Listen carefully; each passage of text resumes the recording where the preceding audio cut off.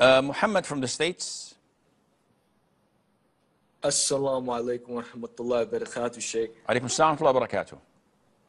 So I've been doing research in regards to lost and found items in Islam. To what? The Prophet, in regards to lost and found items in Islam.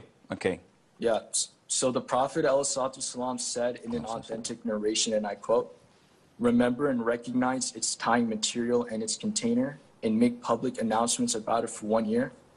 If somebody comes and identifies it, then give it to him, otherwise add it to your property," end quote.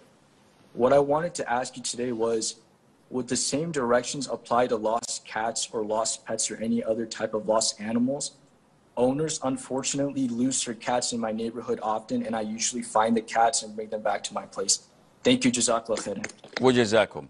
First of all, it is not permissible for you to pet a dog. So this is out of the question. Secondly, as for the cat, if it is a stray cat that has no badges, no traces, no marks on it, it's for you to keep. I have no clue whether this is a domestic pet or a stray cat. So if there are no traces, such as a collar or a tag number or a name or whatever, to prove to me that this belongs to someone, then yeah, it is for you to keep. There's nothing wrong in keeping it, inshallah. Thirdly, it is best, of course, if you know that most likely this belongs to someone and they've lost their kitten or cat and they're emotionally attached to it, that you announce it. And don't be so cheap. You can get cats elsewhere and ask people to donate who have extra cats, and there are so many of them.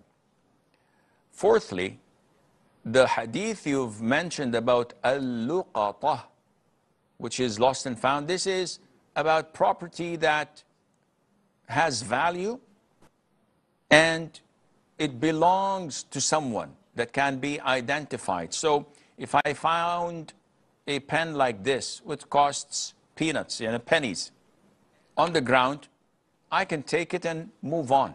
I don't have to identify it, because if people dropped it, they wouldn't go half an hour later to look for it. It's so cheap, it's negligible.